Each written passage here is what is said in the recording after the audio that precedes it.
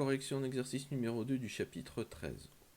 Une quantité N0 égale à 2,21 fois 10 puissance moins 2 mol de pentane 1-ol, C5H12O est oxydé par les ions dichromate Cr2O7- en milieu acide selon la réaction d'équation suivante.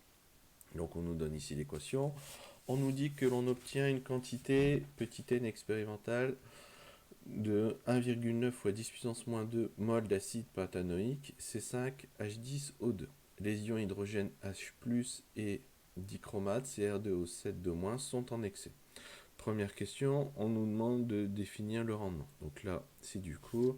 Et par rapport aux éléments de cours, le rendement, il est défini comme étant le rapport entre la quantité de matière produite divisé par la quantité de matière maximale que l'on peut espérer lors de cette synthèse.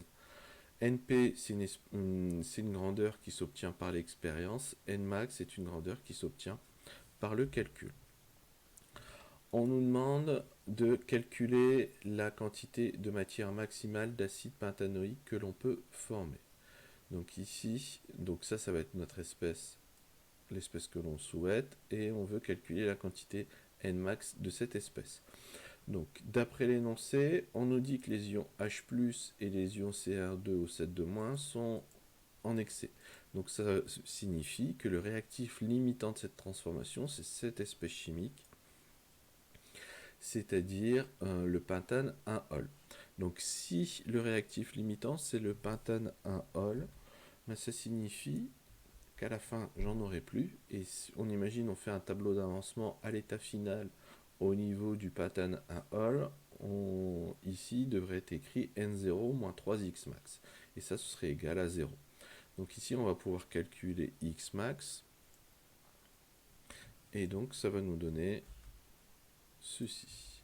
Donc X max c'est N0 sur 3. Et donc, ça va nous donner 7,37 fois 10 puissance moins 3 mol. Maintenant, X max est calculé, on va pouvoir calculer la quantité de matière ici de ces 5H10O2, donc d'acide pentanoïque formé. Là, on voit qu'à chaque fois que la réaction se réalise, on en forme 3. Donc si la réaction a lieu X fois, X max fois, à ce moment-là, ça je vais en former 3 fois X max.